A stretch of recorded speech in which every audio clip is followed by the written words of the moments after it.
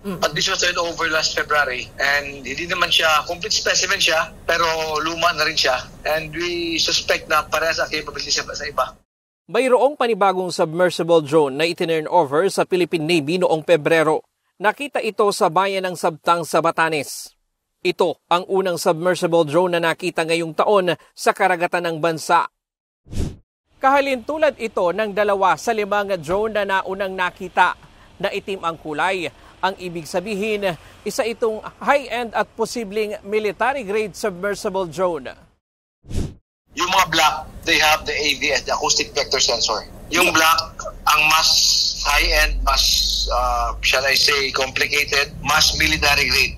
Ganito rin ang uri ng drone na nakitaan ng SIM card na huling nakapag-transmit sa China. Sinabi ni Rear Admiral Trinidad na tapos na hanggang level 2 forensic analysis sa mga naunang 5 drone. Ang pang-6 na drone sumasailalim na rin sa level 1 analysis o yung physical examination. Yung result ng mga drones, there are 2 types of drones. Yung colored na walang sensors for ABS at yung black. All of them get bathymetric data. Okay. All of them have CTD sensors, conductivity, temperature, depth sensors. Ipinauubaya na ng Philippine Navy sa kinauukulang ahensya ng pamahalaan kung ano ang magiging susunod na hakbang pagkatapos lumabas ang resulta ng pagsusuri sa mga drone. We will pass this on to the appropriate agency for their respective functions based on their mandate. Kung mag-file ng complaint ba, mag-file ng protest or whatever.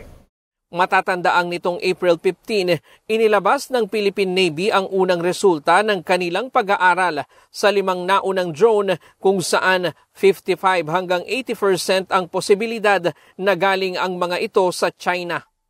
Ryan Lacanlale, UNTV News and Rescue. Diyos ang aming sandigan, serbisyo publiko ang aming pinahahalagahan.